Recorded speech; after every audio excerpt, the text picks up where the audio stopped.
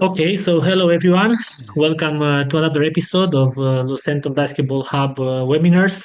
Another special episode because we will discuss about education, such an important pillar in our development and in our future plans, right?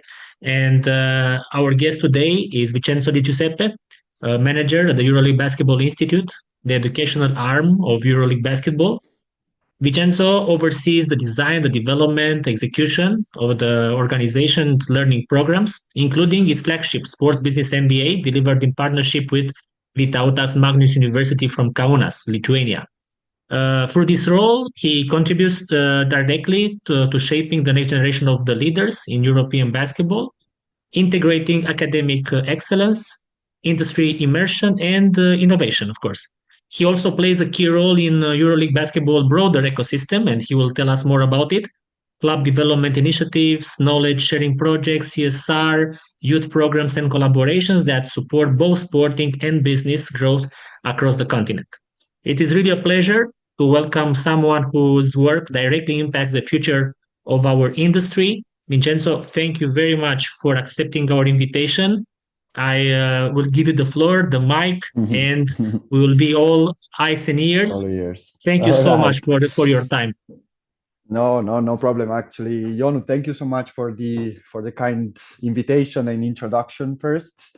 It's of course my pleasure today, guys, to be here and sharing a little bit what we're doing right now in EuroLeague, some of the key aspects of EuroLeague, some of interesting, I hope, topics about EuroLeague itself, and some of the major changes that we have been going through during the last seasons. And then, of course, we will have a focus about the Sports Business MBA, which, as you mentioned, it's our flagship program in the sense that I am here supervising, the EB Institute with all the academic products and initiatives that we have. But of course, the Sports Business MBA is for sure the most important program that we have. So we'll go a little bit deeper in that. Jonut, I can see like the windows of the people, let's say, inside. So if you have any questions, please feel free to interrupt me or let me know that there is some questions. Of course, we will have some moments to go, let's see, through all the questions by the end of the lecture. But if something comes around in the meantime, please feel free to stop me and to share with me your doubts and your questions. All right, I count on you, Jonut, on stopping me if I don't see any questions, let's say, in the meantime. No worries. I hope that everybody can see your screen. So you already shared. Yes, it seems that everything is all right. So we are good to All go. right, let's go. Let's start. So mainly, let me go because okay, this is couple information about myself. It's always fun that I think that EuroLeague brought me this description in third person, so it should be like I should talk about myself in third person, but very quick. I work, as mentioned to you guys, in the sustainability department. I oversee the Sports Business MBA and the EuroLeague Basketball Institute itself, but I collaborate also with some of the projects that we are doing around our CSR program that we will go a little bit in details after that. And I collaborate in some of the events that we are creating with the events department during the year. I will share some highlights of what we are doing also later in the presentation. I joined EuroLeague back in 2024 after being a student of the Sports Business MBA. So for me, it's a kind of full circle that is going to it has been closed once I joined EuroLeague, and I'm very proud to be here today to represent our program and our the project that we carry on with the Sports Business, the EB Institute in general. I lived and grew up in Rome, where I worked for another university before joining the EuroLeague Basketball Institute. And I played basketball professionally, if I can say that, couple of season. Then I understood that maybe that was not my end goal, and I tried to move to something else. So in order to create for me an alternative, after my career was over, basically that was my main reason where to join the Sports Business MBA. As mentioned, a couple of fun facts about me. I love anime and Japanese culture a lot. I love traveling. I just tried to organize with Yonu the best time for the presentation because I was traveling in Japan since the last month. So if you need also any recommendation about ramen, you have my contacts at the end, so feel free to reach out. And of course, I love sports and basketball in general. But don't let's talk too much, let's say, about me. Let's see what we have for today. So our agenda today will be go a little bit, as mentioned to you guys, about our private organizational model. So how do we structure our competition in this case? And then we will go in detail about the EuroLeague basketball as a league in this case. And then we will have a look about the EB Institute. So who we are, what we do, and a couple of flashbacks from the last editions. Of course, as mentioned to you guys, anytime feel free to interrupt me and make questions. If not, we will have some time at the end of the presentation. Okay. So let's start. Let's start with the agenda for today. So what is EuroLeague basketball? We are, as the description says, with a private-owned company dedicated to the sports entertainment business. To deliver basically the state of art, we hope, basketball competition in Europe. And if you know a little bit, I'm sure that it's a public, this one, you are guys, something which are involved somehow in the sports ecosystem or would like to be involved in the sports ecosystem. So I'm sure that you are aware about how the sports ecosystem usually works, which it works basically as a pyramid in which, like, on the bottom we have the clubs, and then we have the leagues, the federation, and the international national and international governing bodies. This is how usually the sports in Europe works. This is not really the case, but for EuroLeague in this case. I mean, not for EuroLeague, but for the basketball in Europe in this case, due to the presence mainly of EuroLeague.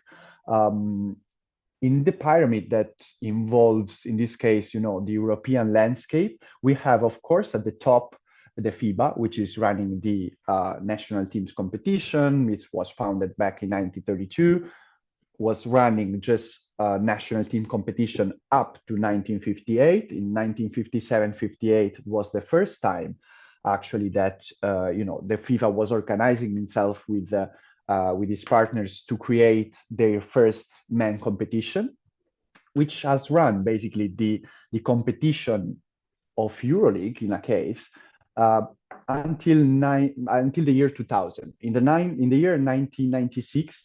Basically was the year in which the name EuroLeague was chosen at the time. But as you might know, and if you don't know, I give you a little focus on that. On the year 2000, something happened because, like, the born of EuroLeague as we know it right now, it became like basically in the year 2000, where most important teams, let's say for Spain, Greece, Italy, and some of the federations, basically they organized themselves and decided that due to the fact that they were, let's say, increasingly unhappy about how FIBA was managing, let's say, the business at that time, they decided to bridge and create their own competition.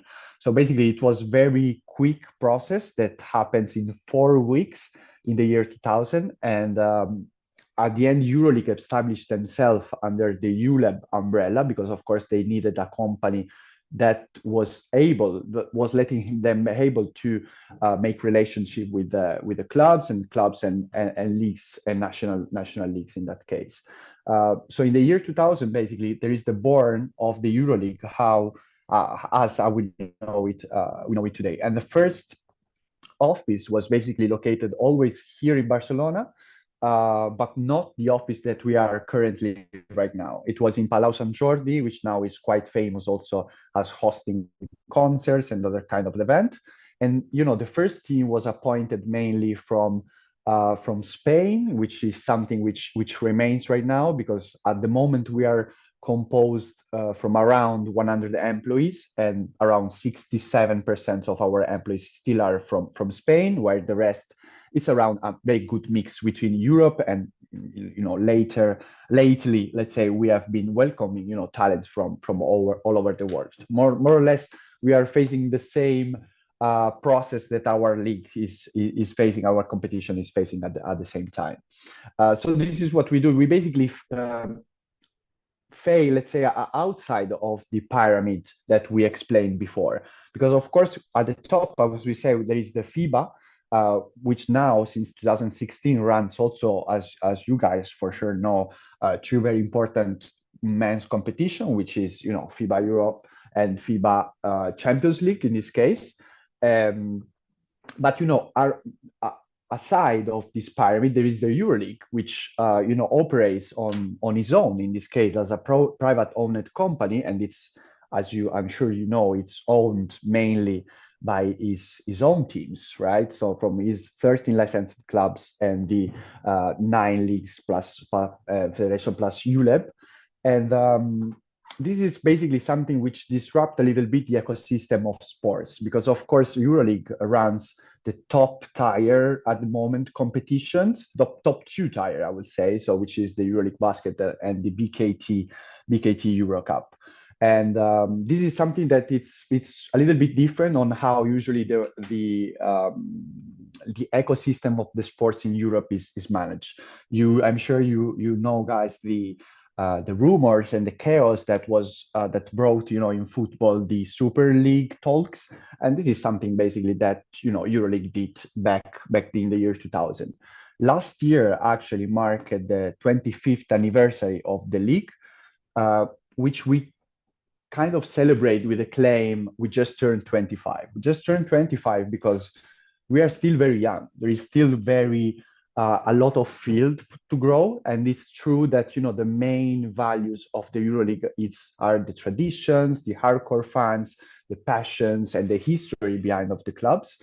But it's also true that we have to start talking, and this is something that we did pretty well, I think, in the last season, to start talking with a younger audience.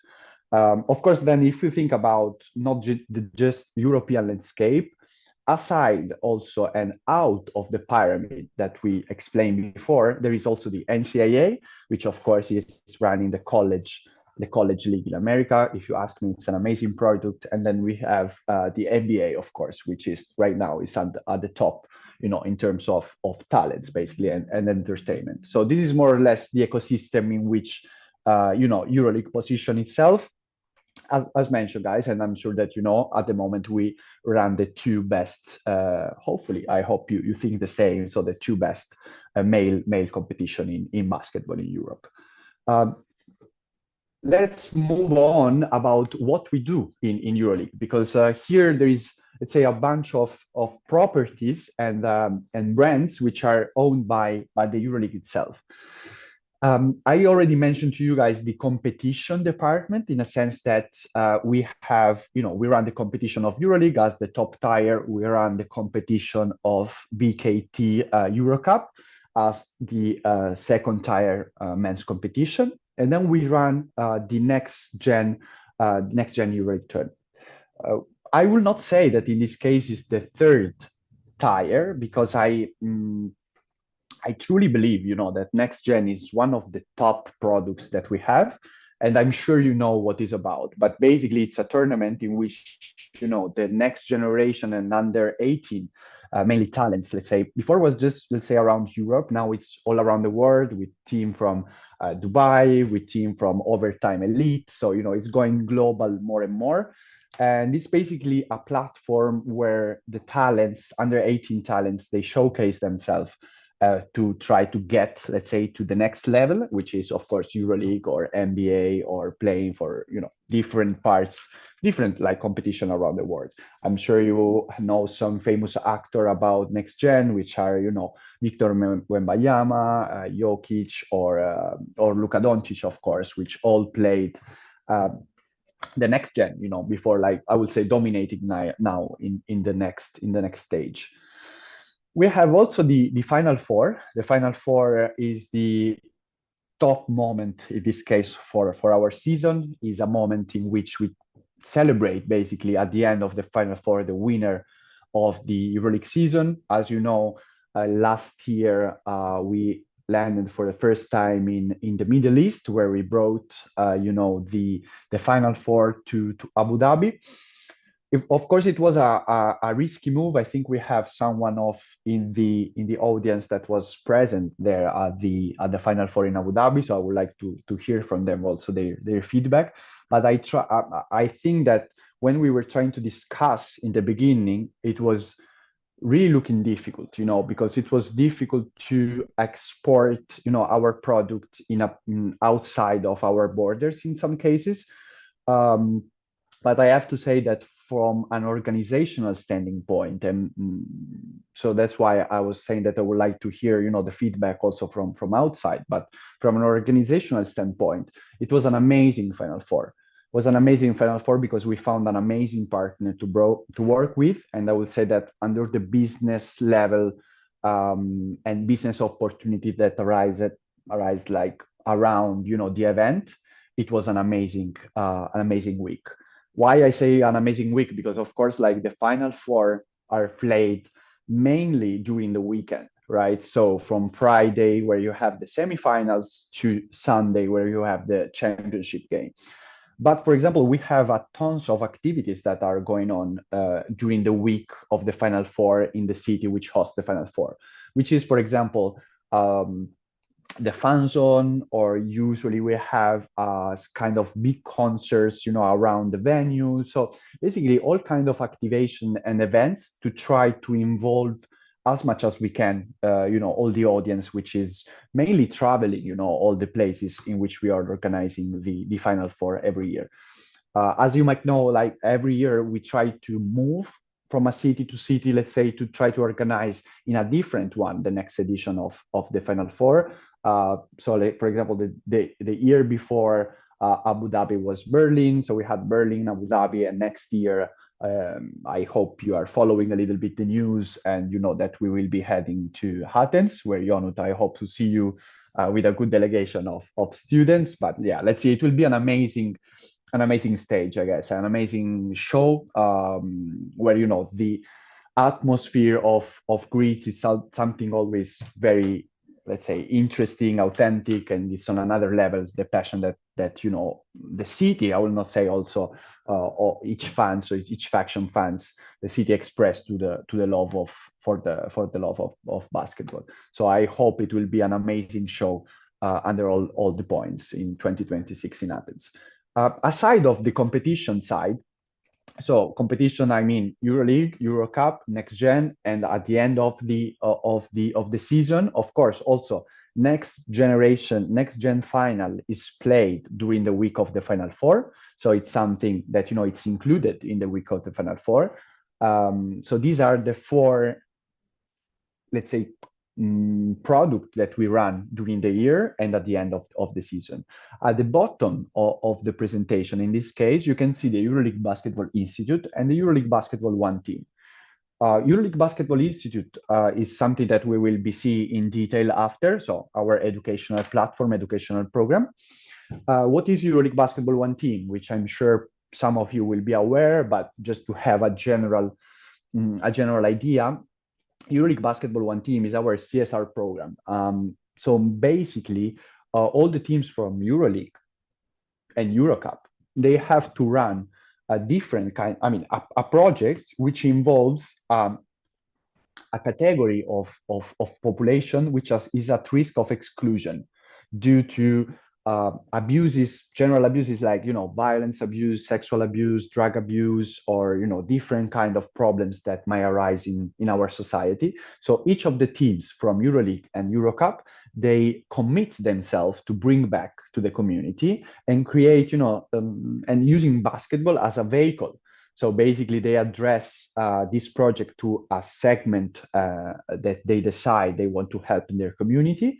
And we, as EuroLeague One team, we supervise the several projects. We try to give the guidelines on how a project should be run, and try to measure, which is something very, very difficult, to be honest. I try to measure the impact that this project has on their community.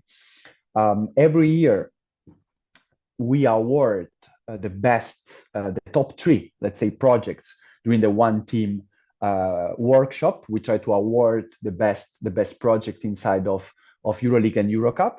And we will see later that this year we had an interesting collaboration between our student of EuroLeague Basketball Institute and the teams from EuroLeague and EuroCup, which was invited at the one team workshop.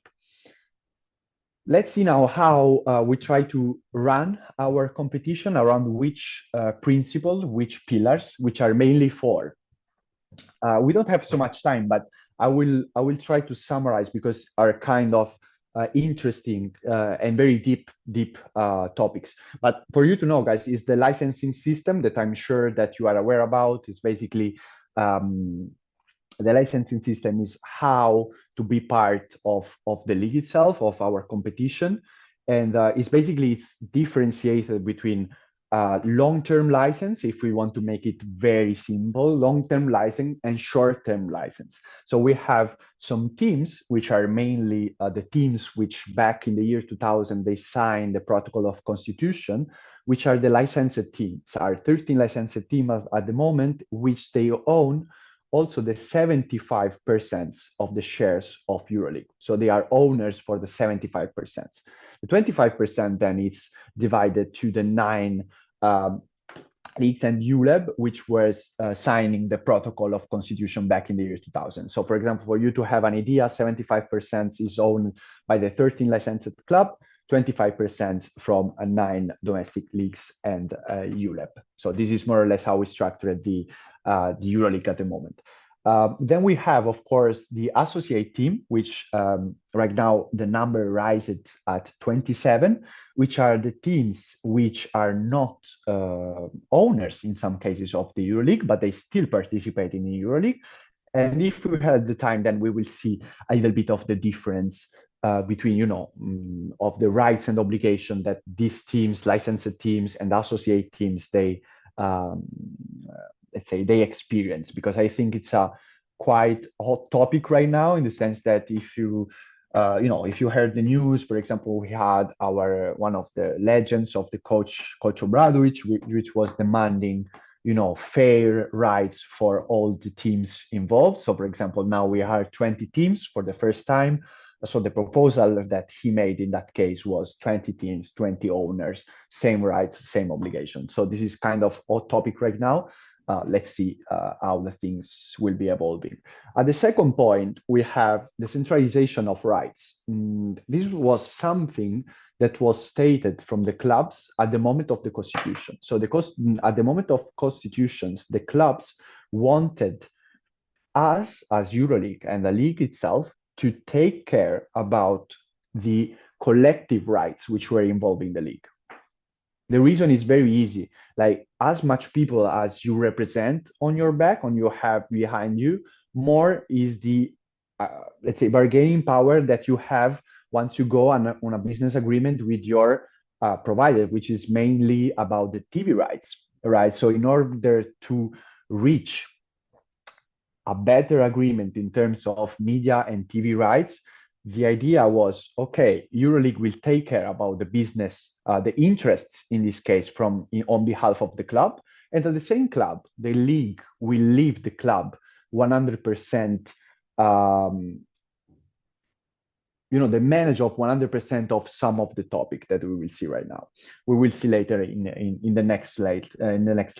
Then, of course, we will have the governance, because every team playing EuroLeague and EuroCup, they wanted a set of rules which was applicable to any of the teams which were competing in EuroLeague or EuroCup. That's why we have the bylaws right now. I have a background in law, so for me it was pretty interesting topic. But yeah, I have to say it's not really how can I say, it's not really fun book to read unless you are very into, because of course it's a set of rules which regulates everything around a basketball team if it wants to play EuroCup or EuroLeague, right? So we have two different set of regulation.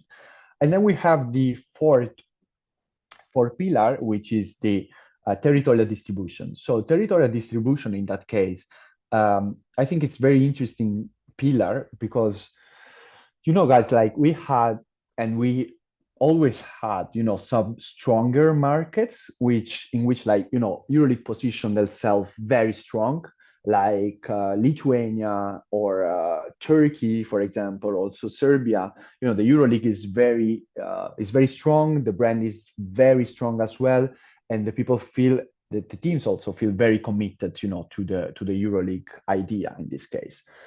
So these are our key markets in a sense, but it's also true that the focus of the EuroLeague has switched a little bit, because these kind of markets are also achieved, a level of saturation which leaves very small space for growth, right? So what we want to do from EuroLeague, it's open new markets and strongest the position that we have inside of some key markets that we identify as very important for EuroLeague. That's why, for example, we had a huge amount of investments lately in markets like Germany, France, UK, for example, and we see some good and bad examples in a sense that, in my idea, the project of Bayern Munich, for example, in Monaco, and the project of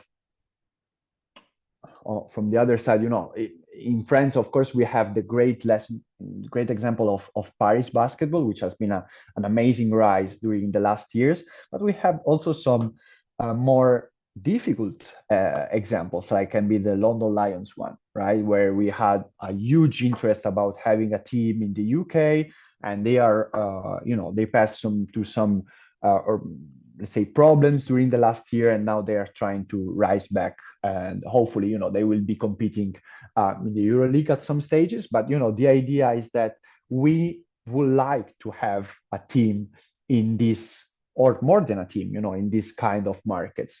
And this was one of the reasons why we open the new markets right now in the Middle East, for example, where we brought the Final Four in Abu Dhabi for the first year. And as you guys know, we opened the doors to Dubai basketball this year for playing the EuroLeague.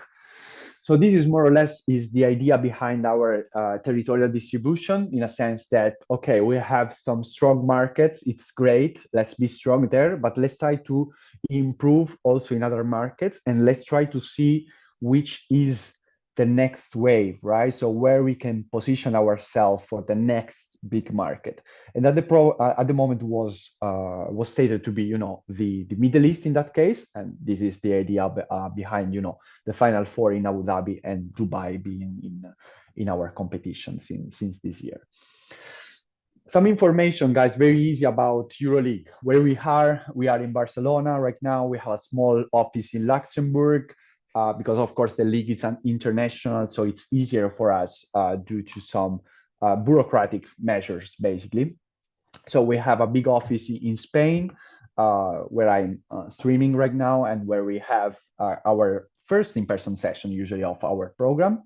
I think you had the chance to come, yes, in our headquarters, or not? Yeah, it was great. Brother. It was great to kick off the program. Yeah, definitely. And Looking forward to visiting you again. whenever you want. Yeah, of course. Like we have around 100 employees, as I mentioned to you. I think it's a good balance between men and women. We are around 60-40. It's still really prominent, like the Spanish composition of the team, which marks, let's say, the 67, pardon, percent of our employees.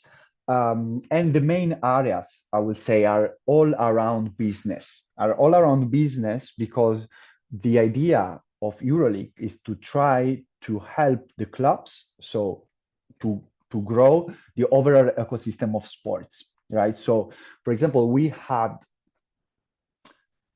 a department here in EuroLeague, which was called BOX, which was Business Operation and Club Services, which was helping, the club in terms of sharing guidelines about ticketing, arena management, sustainability, all kind of pillars that we see as key pillars in that kind of in that sense. So the league, with his expertise, was sharing recommendation guidelines, and was acting like a sort of mentor for some of the clubs in order for them to be able to develop their own infrastructure. This is basically what we were talking before about some collective interests managed by the league itself, and some of the let's say individual interest which can be still developed from the club themselves. It means that on game day, all the revenues that they are coming from tickets or arena sales, like for example merchandising, food and beverage, hospitality, all the things that are around the in-game, let's say the game day, this is managed directly and entirely from the clubs, right? If we don't think about the Final Four, because the Final Four is something which comes at the end of the season and it's managed directly 100% from EuroLeague itself. But beside of that, all the teams are basically running their own and managing their own interest in terms of game day. When we think about, on the other side, about media rights, we already explained why the teams decided to delegate this to the EuroLeague, because we wanted a stronger position, and that was also one of the reasons why back in 2015 we had a chance to partner with IMG, which was where we created a joint venture which lasted until last season. And from this season, the relationship switched a bit, but we are still partnering, let's say, with them for the next 10 season until the 35, 36. And I think it's kind of interesting because in the beginning, where IMG came in, one of the first big things that we did to revamping the competition was to cut the number of the team from 24 to 16. And basically, before that was 24 teams divided in 4 groups of 6, right? So the last 2 were going to compete in the Euro Cup, and the first 4, they were going to regroup in 2 big groups of 8. So they were crossing each other, they were competing to each other, and then they were deciding the teams going to the playoff and lately to the Final Four. Great, very simple, very effective, but one small problem in that. What is the problem? That if we want to raise the level of the contracts that we have in terms of media rights, the games that everyone, sponsor, audience, fans, TV wants to display, fans wants to be there, sponsor want to be, showed there and show themselves, during these games are the big games, like El Clasico or like Greece Derby, in this case also Serbian Derby, and basically how was structured the competition before, it was just pure luck. So if these 2 teams, they were competing in the same group, then we will have one game for a Clasico, for example, or if they were matching themselves later on during the group stage or during the Final Four or whatever.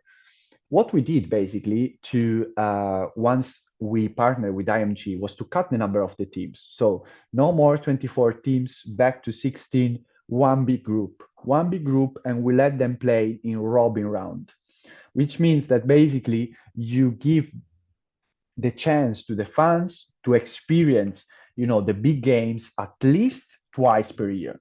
And then you have the chance, if they meet later on in the play-in or like in the playoff or like in the Final Four, then you have a chance to witness again such a great show. And this comes back to the media rights, because of course having the Classico twice per year is way better when you go to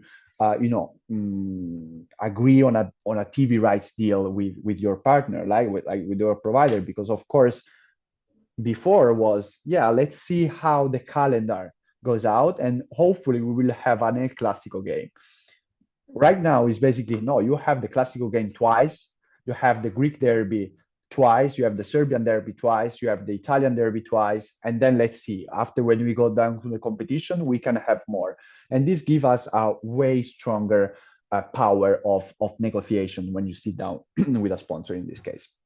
Then we go to the partnerships. So the third point is interesting because like as a league, let's say EuroLeague can develop his own partnership, which is something that we did, right? And as you know, until last year, our main sponsors was Turkish Airlines, right? So the idea was that other teams can have their own sponsors until it does not goes in conflicts with your main sponsor. So with our main sponsor at the time, right? So for example, an Italian team could not have Alitalia on their as main sponsor, or a Spanish team could not have Vueling, for example, or Etihad always, right?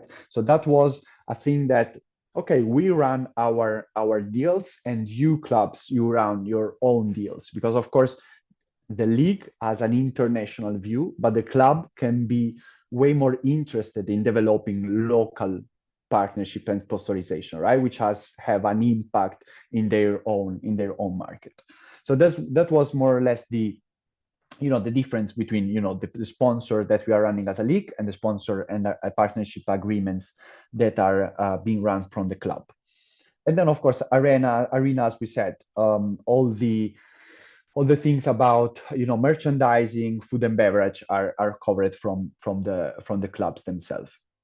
So how do we make our money? It comes pretty straight back from what we said right now. Media rights, and this is something which is in order. So this is the order of the importance of our source of revenue. So first, we have the media rights. As we said, we try to increase them as much as we can, and this is the main source of revenue that we have as a league. Then we go for corporate partnership and licensing system, which is also very important. Of course, EuroLeague Final Four is a source of revenue as much as a source of costs for us. It's a cost and a source of revenue at the same time. We will see it later. And then we will see, of course, we have Miscellanea, which basically a group of side projects from EuroLeague that takes together, they make a very good impact, on that. And this is basically, for example, the Sports Business MBA. It's a small sort of revenues that we have in EuroLeague. The EuroLeague TV is way bigger than the Sports Business MBA, but compared of media rights, is still a small part of the business. But of course, if we group them all together, it's a consistent part of our business. And then at the last point, we have EuroCup media rights. If we were live, I would have asked why you think there is such a big difference. I try to spoiler this answer to you, and then we can follow up with some questions at the end if you have it on that. But it's very easy in this kind of the answer, because of course one reason is that EuroLeague is the first top tier competition. EuroCup is the second. So of course there is a difference in terms of talents and teams, but the main difference are the market which are represented from the team.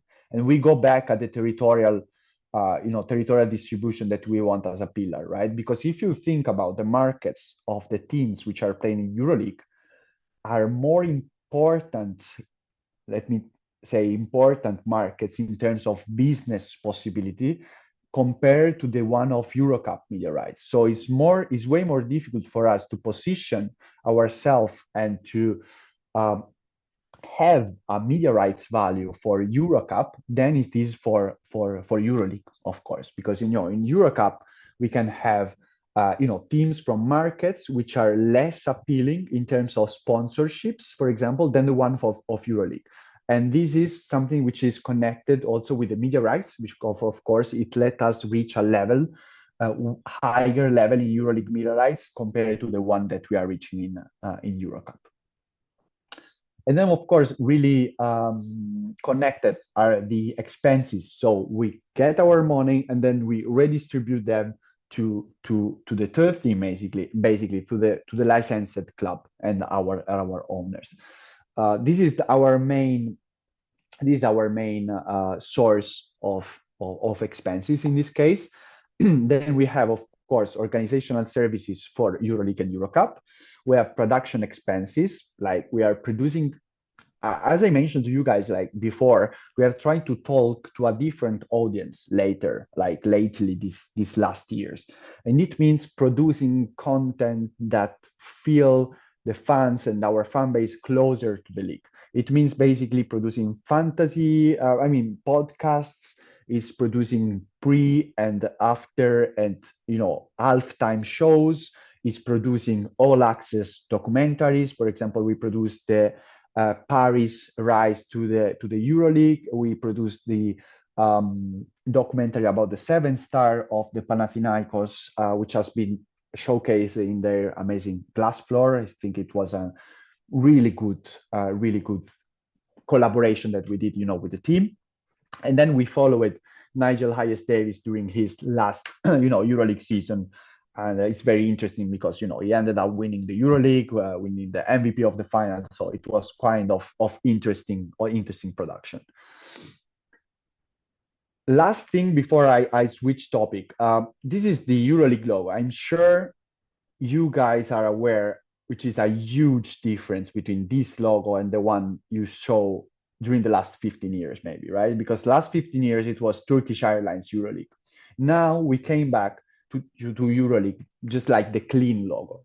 And there is a kind of, I think, an interesting idea behind that, because basically, and also I will be sharing with Jonut, maybe it's a very interesting article from Gawain Davis, which is our manager in this case for partnership, our director of partnership, and he's explained why is our vision behind going back without a naming sponsor in this case. Because of course, when we analyzed, the rights and obligation we had with Turkish Airlines, we saw that we had a tons of obligations, but it was not compensated with the evaluation that we had in terms of what we are receiving from this kind of sponsorization, in terms also on an economic value, right?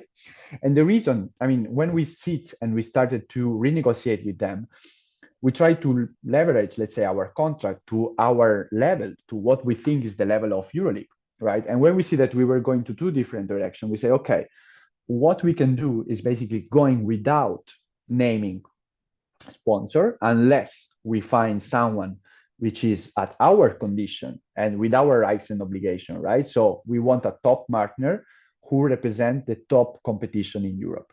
If we find something at our condition, great, let's go with that. In our research, we saw that basically most of the agreements that we had at that point were really local based. So they maybe were a lot of small sponsors, but with very small impact in terms of the awareness that we are getting as a league, brand awareness in general, and the positioning that we want to achieve as a company. So what we did is basically to cut basically the half of the sponsors that we had at the time, and to sit with them and to say, okay, or we close this deal at our condition, or we have to move on with another sponsor. And the result was basically to cut almost the half of our sponsorship agreements that we had, and to move without naming partners. So we brought naming partner. We brought some main partners inside, which are, I'm sure you guys know, but is Experience Abu Dhabi from this year and Etihad Airways. They are both main partners, but not naming partners. And aside of that, we have a good set of recognized sponsors, like, for example, Motorola or Visa or Panini, for example, just to mention a few. And this basically, going back to our clean name in this case, and without having Turkish Airlines on the name itself, allows us to play way more freely with this kind of sponsors, right? Like to activation, to what we can do together. Adidas also, it's another examples of the main sponsor that we have. These allow us to play way more free, with this kind of sponsor, and do way more impactful things with them, right? Because no one basically wants to, show and publicize another sponsor in your commercial, right? So if you go back on the Turkish on the Final Four logo, there you see always Turkish Airlines EuroLeague. So imagine to have a commercial from Motorola or an activation with Motorola, which has, to disclosure every time Turkish EuroLeague. This is it's led the things for us to be way more difficult, when you go to collaborate with our sponsors. So I'm going to show you, this is what I wanted to include this slide because I think it's an interesting case and an interesting, analysis that our partnership team did before, going straight with the back clean, going back with the clean logo. I'm going to show you guys a video, which is basically our claim for this season, which is born not built, which is more or less something that we were telling before. What our main characters, our main point for being recognized in the ecosystem. So I hope you will enjoy. It's very short. Vincenzo, I think you should again disconnect your headphones and yeah, correct, because there was no audio. Let me do it very quick.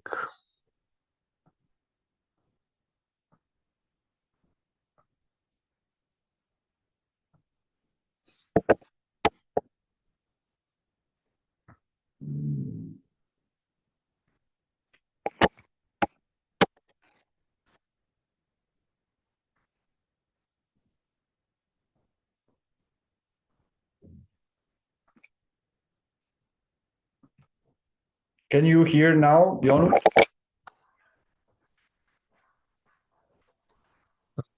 No. Choosing a team, Yes, all good. Something that you're born into, is something that you love.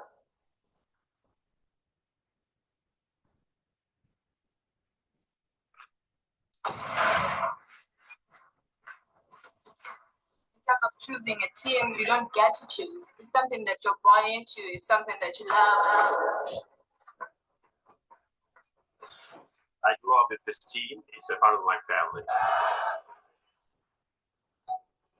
It's my passion. It's history. It's local pride. Every game is an experience you won't get ever again. It's an unbelievable emotion. You can explain with words. All the youngest guys that are really good want to come here and play here. Something to hold together. So now all my life is about Olivia Milano. I cry every time because it's so emotional for me. Classic Italian theater. 7,500 people there is shouting and screaming. The emotions were overwhelming. We cannot explain it.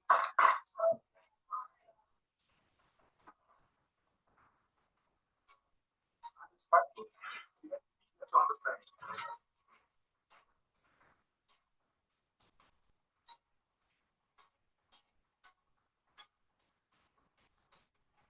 I would also suggest to everyone to watch it again on YouTube, on your YouTube, EuroLeague YouTube, because the sound is not working during the entire video.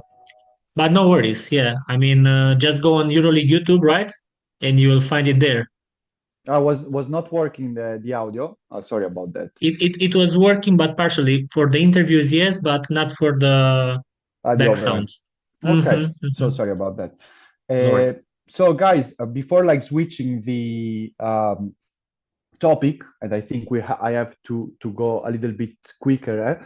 I think we have to. I mean, we have a special offer in this case for the members of the Lucentum Hub. So if you want, guys, you can scan the QR and you will have access to a 20% discount on the annual pass. And be sure that you insert this. Of course, you have to scan and then to put the code ABI Lucentum Hub that you can see here on the left top. And you have to do it by November 27 if you want to get access to the offer. And we are sorry about that, but it's not working for the people who is in Spain. So I give you 1 minute to have it if you want. I will take this minute, first of all, to thank you because it was a super insightful presentation and you feeded our curiosity because I mean, it's always interesting to see what's happening actually behind the scenes and how EuroLeague got to this structure during the 25 years already of history, 26 on the go. And yeah, I mean, there were many hot topics, many interesting discussions about the media rights, about everything what's going on, like the shareholders and the other teams who are joining the league.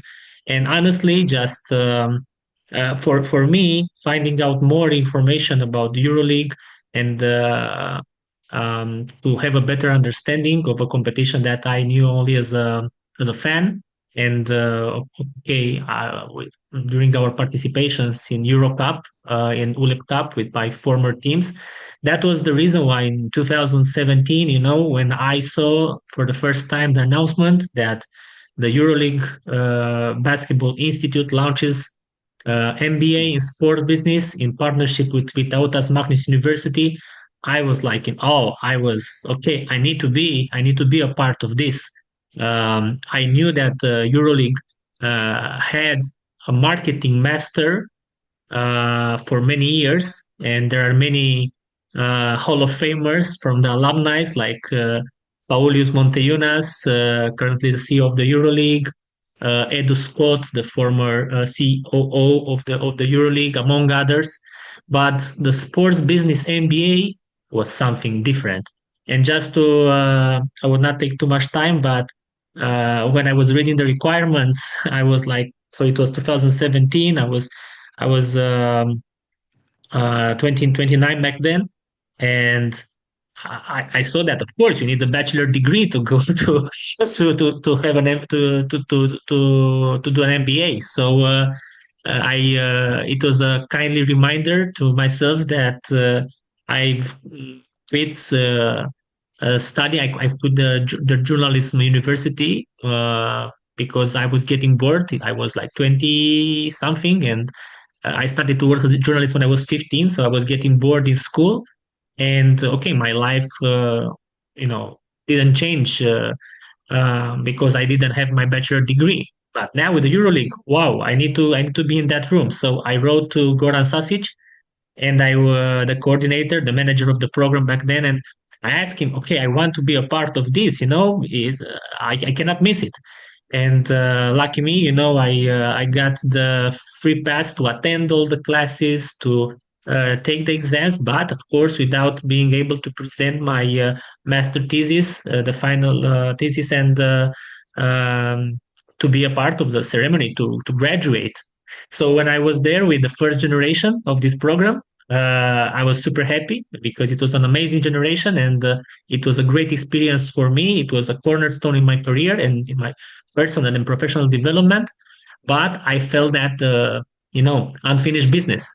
So I got back to school, and long story short, I got my bachelor degree, and I was able to become an alumni of EuroLeague Basketball Institute, and it's something that I'm very, very proud today. And I always recommended your program, and now to open the second part, cannot wait to see how everything's changed, because I'm so old, I'm part of first generation, but now, you guys did a lot of upgrades and updates. So tell us more, Vincenzo. Thank you so much, Jorun. Thank you so much. Your case is exemplar of the growth that our program can bring. This is something that we are trying to do as much as we can, and we are trying to change, in a sense. There is always a space for improvement, so we are trying to make some changes, to try new stuff, and at the end, the feedback of the students is always what tells you if you are doing good or not. We have to say that lately, in the last years, the interest on the program growth tremendously. So we can't be happier with the results of the program, and also I have to say the results of the students which are attending the program. And Jonut, you are an example of the great examples that we have, as our alumni. Okay, let's go. How much time do we have? I think I have to speed up a little bit, but yeah. think I mean, let's go for it. It's we are still okay. good. We have unlimited time on the Zoom call, so Okay. do your thing, and Okay, we'll until see. If they it will don't kick just me be the out two of from us, then we'll stop. But do it normally. they Okay. don't kick me out of the room, we can go on. For me it's a pleasure. So guys, this is the partnership that we have right now since 10 years with Vytautas Magnus University. So this is our combined logo with EuroLeague Basketball Institute and Vytautas Magnus. This is basically what we do, right? I think it's quite cool photo of the last year of graduates. Everyone smiling. I think it's very natural photo, and I think, yeah, it's at the end what we have to do is have fun while we are having this journey, because it's a long journey, 16 months. But at the end, what we are trying to do is to create our future and to work. To play our cards in a sense, to make this happen, and we have to do it while we have fun, because it's in sports, it's in basketball, so it's something that hopefully we love and we try to do. So I think that this photo is quite representative of the the mood that we are trying to create here during the Sports Business MBA. Let's see, how did we get there? Because of course, it was a process to arrive there. It was before it was launched back in 2007, and it was just a 6-month program in marketing and communication, right? And it was run in collaboration with Ca' Foscari University of Venice.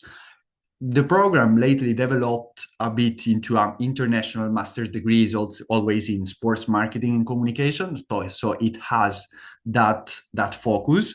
And it lasted, let's say, the collaboration with Ca' Foscari University lasted 10 years until the 2017, where we launched, basically for the first year, we launched the Sports Business MBA in collaboration with Vytautas Magnus University. So the program was not 1 year or 6 months anymore, but was 16 months in order to fulfill the 90 ACTS, which granted you the participation to become an MBA as an educational program. And of course, it brings also different requirements, as Jonat were saying, a bachelor degree or an English proficiency or some work experience inside of the world of sports. These are all the things that we are going to ask, when we interview our candidates. This is the structure of the program. So as I mentioned, 90 ACTS, which are the European credits that each recognized program grants you when you attend them. It's a 6-month program which started, in September 2015.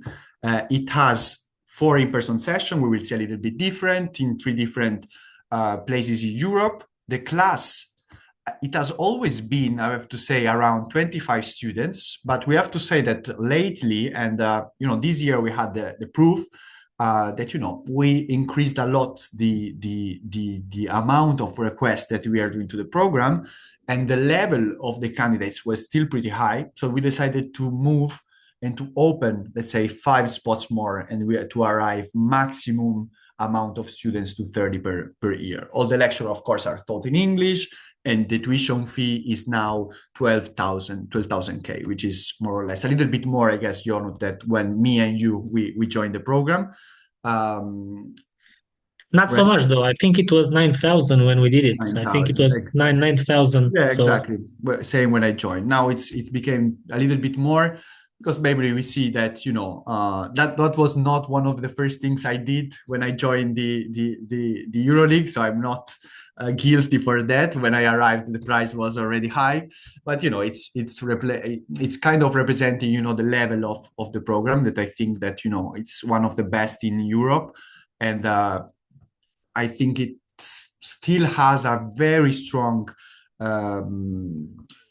value money ratio in this case. And of course, as you were mentioning, we need a bachelor degree in order to attend the Sports Business MBA. This is basically the transfer of knowledge session. So during our 16-month journey, we are traveling, or the students in this case are traveling four times in 3 different destination in Europe. So the top left that you can see is basically our headquarters. It's a group photo that we do usually when we have the chance with our CEO in the middle. Our Paulius Moteyunas has been with us. Usually we have CEO roundtable, CEO Q&A, both, let's say, during the Final Four and both in Barcelona when we start the program. It's a week in which we try basically to, as the name suggests, to transfer the knowledge from EuroLeague to the students, so to see to transfer the knowledge about how do we do things here and how we see, running this league for the future, basically. So to try to enter a little bit in our ecosystem for those who are not more familiar with, and to know even more some insights if you are already a fan of EuroLeague from before. The second, Also, some teachers are coming, so you can meet some of the teachers that you are going to work with during the entire program. So from of course, university. of course.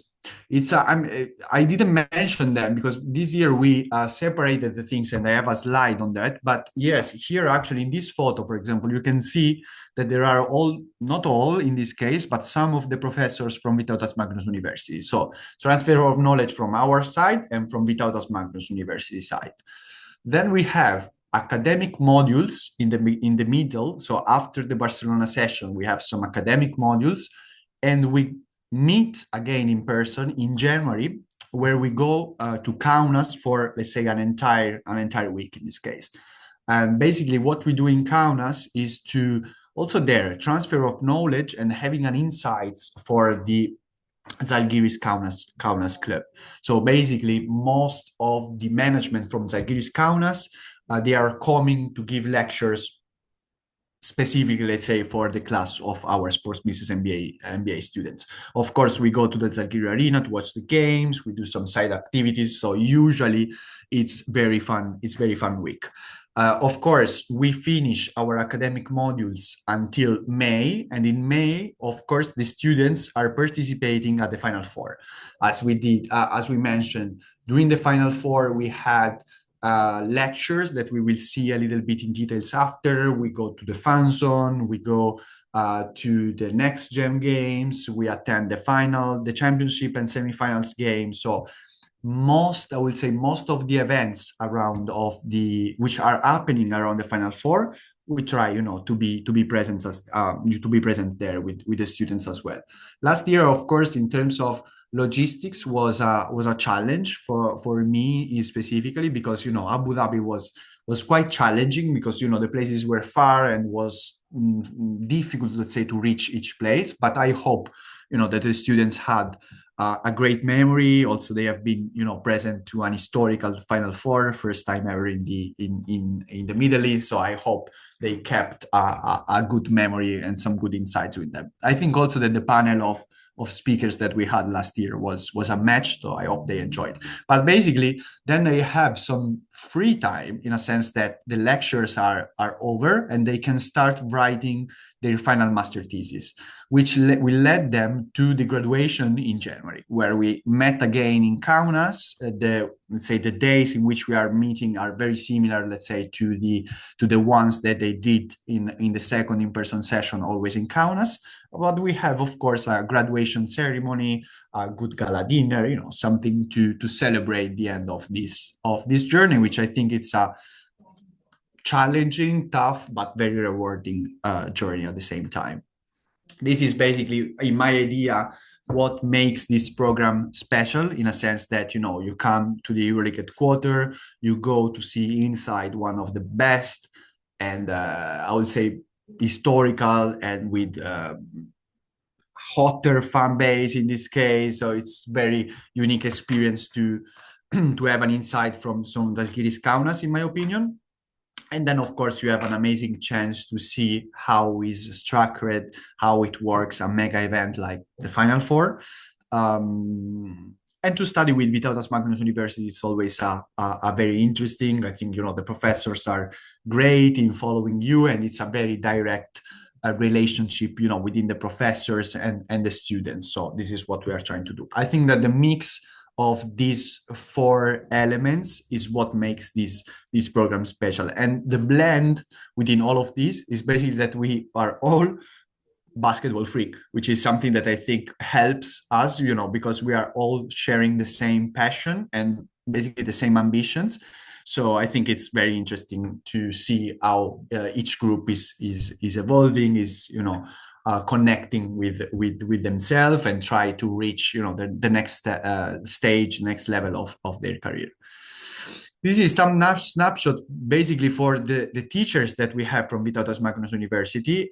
During the session, for example, these 2 photos were taken, these 3 photos actually were taken from the Final Four in Berlin back in 2024, and is basically one of the moments in which we try to connect, it's not correct, where the professors are evaluating the students' term paper. So in that case, so every time that we meet in person, from the second time on, the professors gives a feedback on the students elaborate.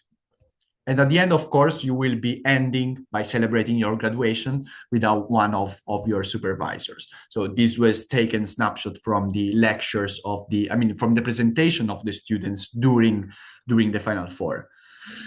The program is helped, let's say, also from guest academicians which are outside of the organization of Vytautas Magnus. For example, here we can see Vladimir Andreev, bottom right, which is from University of Paris Sorbonne, or we have Arti Ramsdan for the University La Salle here in Barcelona, or Luigi Fumagalli, which is top left, which is basically teaching at the University of Milan. These are all people who is coming, let's say, to share their vision on a specific topic with our students. Same as the industry experts, which are some of the people which have been our students at the same time, and now they are coming back to the program to share their vision, their path, or some lecture specifically. For example, on the right we have Gide, which is now working in FIFA, or like we have Simon Kellerman top left, which is working in Bayern Munich, or down we have Martina Moto, which is reporter now at Basket News, or Ruta Karkaite, which is reporter for UEFA at the same time for some of the competition. So they come back and to share how did they get there, how was the path, in a certain case that they followed. Each module has a case study that we provide from EuroLeague. So we ask you guys to basically challenge yourself with some of the challenge that at the same time we face in EuroLeague, and these are basically the faces of some of the case study tutors, which are head of department. So, for example, on the bottom of both photos, you can see Diego Fernandez, which is our communication director, and at the side we can see Xavi Buyada, which is our CFO, which is also a former student of our program. So we see how the people form themselves to the program, make the next step, and then come back to teach, in this case with our students. One very interesting stuff that I think we have is the invitation on industry leaders during the Final Four. One of them was when I was a student, and it was Vanya Chernivec, which basically at the time was scout for the Chicago Bulls, and now she's general manager for the Portland Fire, if I'm not wrong, which is a franchise in the WNBA. Then we can see Chas Bueno, which was last year, came to us to a sort of interview with our students, sort of Q&A talks with our students, and this basketball section director for the zone. Very great highlight from last year. I think it's Dan Porter from Overtime Elite. Overtime Elite was there because the team was competing in the NextGen, and so we had the chance to bring him in to have a class with our students. I think it was a very high moment of lecture. I hope our students enjoyed as well. And at the same time, later during the week, we had the chance to host David Blatt, which I think has no need of presentation. And he came also to share a little bit his his past experience, his vision about the sports business, and it was very interesting moment. So this is more or less an example about, you know, what is about participating in the lectures during the Final Four. So what we do is to basically have our own panel of discussions in the conference room and to attend also the other events during the year. This is a photo about our class of today. I put this for two reasons. Why? The first one is I want to explain why they have the cup instead of big polius with them for the first time. And the second one is I have to say that this class is kind of record breaking for this year because we break the record of numbers of female in the class. We arrived to have 7 different female in this class, which I think is a great achievement. In my class, it was just 1, for example, back in the days. This year, I have to say that the level of the candidates raised tremendously. We have also the biggest number of former players which are now joining the program. You can recognize on the left, it's Dusan Bulut, our 3v3 legend, ranked first in the 3v3 from FIBA. So I think it's great level of the class this year. And basically they had the cup because Polius was not being able to be present during the week. So what we did is basically, sorry for the wrong graphic in this case, is very bad photo, but it was a screenshot took from the webinar that we did in order to have the students have a nice breaking, know themselves better, and have a chance to have the Q&A with Polius, which was not going to happen during the week in the Final Four. And let me say that this idea of having a webinar before was mainly given from the previous group. So the previous group, raised the idea about, hey, why don't we have a group before so we can connect to each other, organize the trip in Barcelona. And, we try to listen to them and to create with the excuse of having a Q&A session with Polius, also an introductory webinar before. The right photo, on the other case, is an example about a new initiative that we did this year that was bringing the students to the One Team awards, which are the awards I spoke with you in the beginning of my lecture.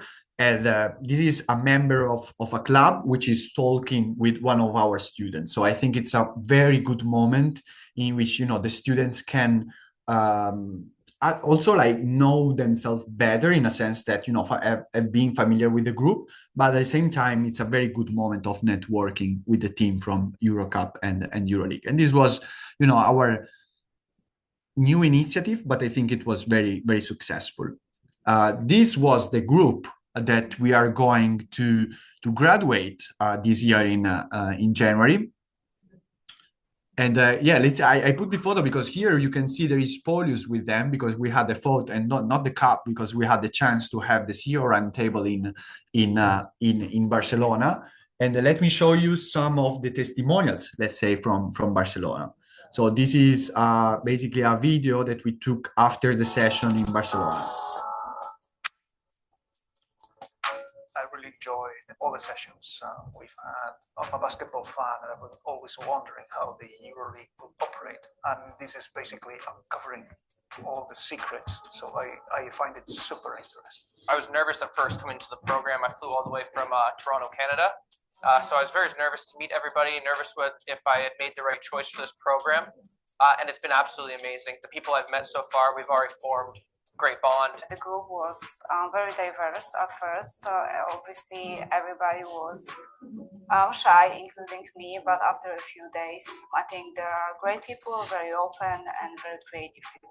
First impression, I think, was really, I was amazed because it was the first time I was stepping into old institution building. I was able to meet my new classmates, and Vincenzo and the teachers really helped us ease into the program. I didn't have much EuroLeague knowledge before I arrived here, and so I've been gaining a lot of knowledge on how the league works, how the business side works. Sessions with the professors from the university, then we've already had 9 sessions from EuroLeague staff, and it's been fantastic. It really gives you a lot of insight on how the EuroLeague operates. I'm looking for finding new interesting people to connect with, networking the most.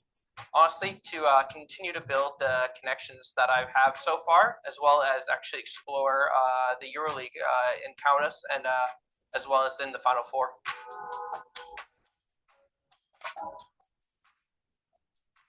Passion, community, and education. Intense, interesting, and new. My first impressions are incredible. Curiosity, knowledge, and basketball. It's always great, for me to see, the group, how we started and how it goes. And this is basically a snapshot of the session that we had in Kaunas, where, for example, I put these 2 slides because I think it's very interesting to see how the management from Žalgiris is basically open, to speak with our students and to have a moment of networking after that. And they have to say that Gediminas, in this case, for example, is one of the students of the program as well. So we can see, that with this program, we are fulfilling the market with new and better leaders, and it's something very interesting. And on the right, you can see Jan Kunas, which is talking actually with Alex, which is one of the current students that we have in the class, which during the start of the program, actually his thesis is about right now, is the podcast Euro Insiders that we start developing, and lately they have been able to include the podcast in EuroLeague TV.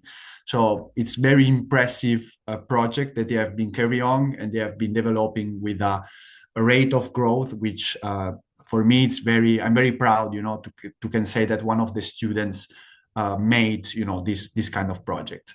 I hope I saw Julia and Giulio in the audience before, so I hope they are not thinking the opposite now after a few months of the program. But let's see. I will show you one last video about some of the memories that the students have from Kaunas.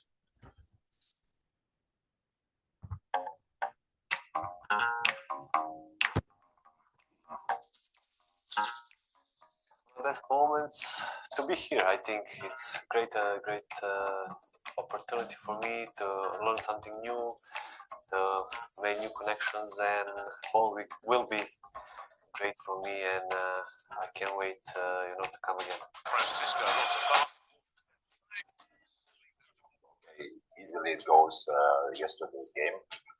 It was super exciting, and the atmosphere here was great, and yeah, it's something that I will remember forever. It has to be the tradition for basketball they have in Lithuania. That's fantastic, really.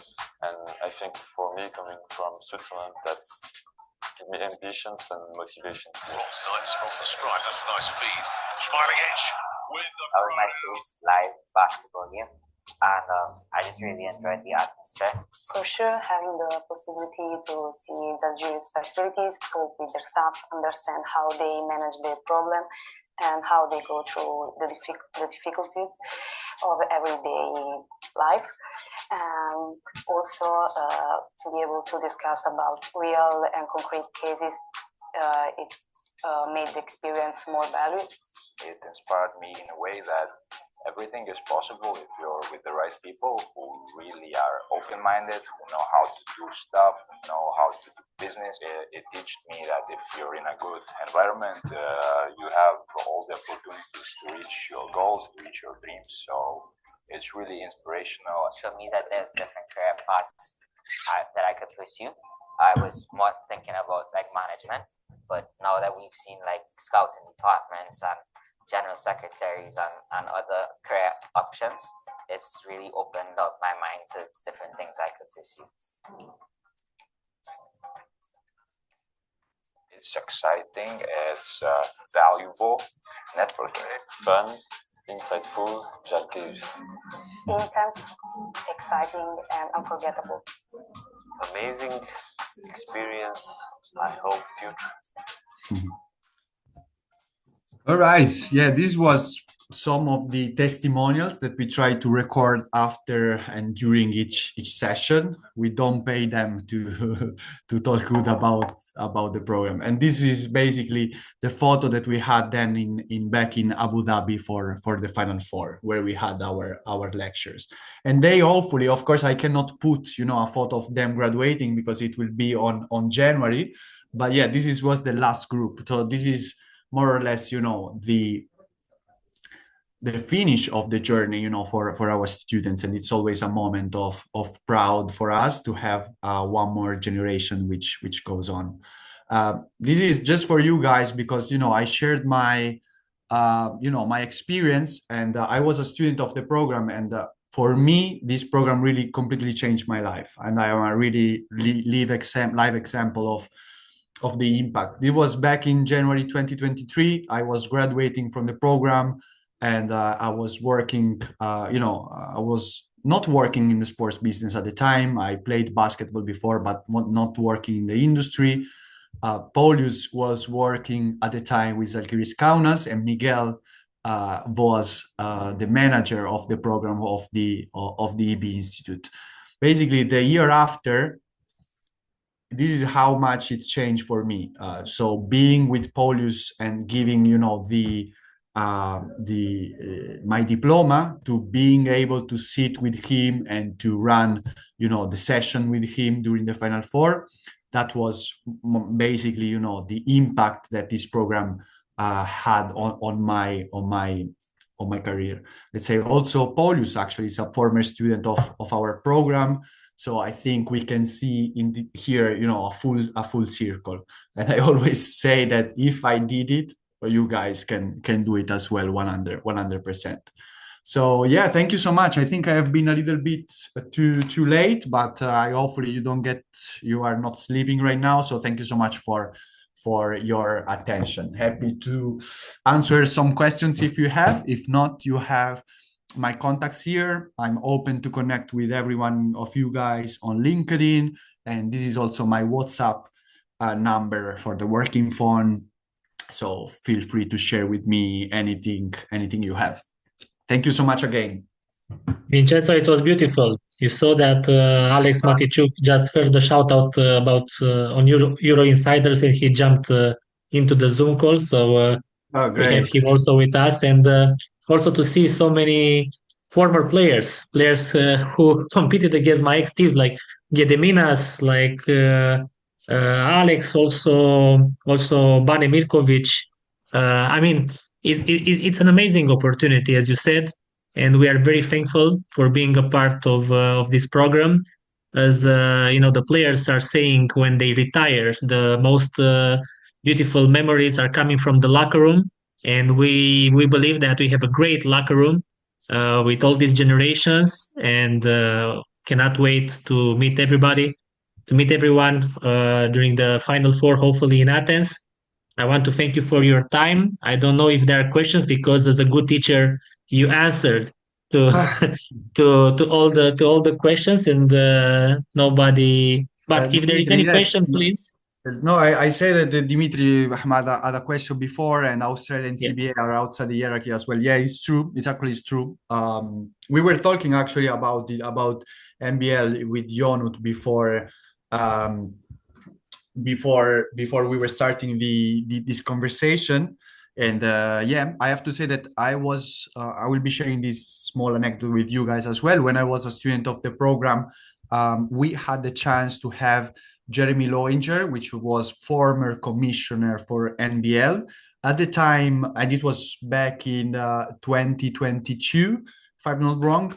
So when we had the lectures in Belgrade, and he explained a little bit how they were structuring the league, in the NBL, and it was just after COVID time. So we were discussing also with Yonut, some of the struggles that they have been passing through. But in general, I think that they have, I have been able to discover their product a little bit better after the Jeremy's lecture. And since then, I would have to say that they became, quite interested in their league, because I think they are doing some very interesting activation with the sponsorship. They have quite different approach from us, but at the same time, I think that they struggle as much as we do, for some cases, because, we have also the problem in which our best talent, they want to go to play overseas at the moment. And, they have more or less the same problem, if not even more, I would say. So, for example, we saw talents like Josh Giddey, Ben Simmons, Tyson Daniels, all going to the NBA for that. And I think overall they have an amazing product, to be honest. Well, that's a wrap. Thank you so much. We are going to upload this webinar to our Google Drive platform. So our members, so we have now 37 members from 34 countries across 5 continents, can watch it when they wake up or later on when they will have the time. Best of luck this season with everything that you are doing. Best of luck to the students with the terms, with the final master thesis and all that. It's really worth it. And we hope that the Lucentum Basketball Hub will give some of the future students of this program, because it can be the opportunity to go from one level to another. It can be an opportunity to meet people who can change your life. It can be an opportunity to know more about the game that you love. And finally, to become a better person, because as I said, that locker room, the personalities that you meet, the friends that you have for life. We still have our WhatsApp group of the first generation, and that says a lot of what this magic orange ball can do. And EuroLeague Basketball Institute is coming with a great assist. So that's a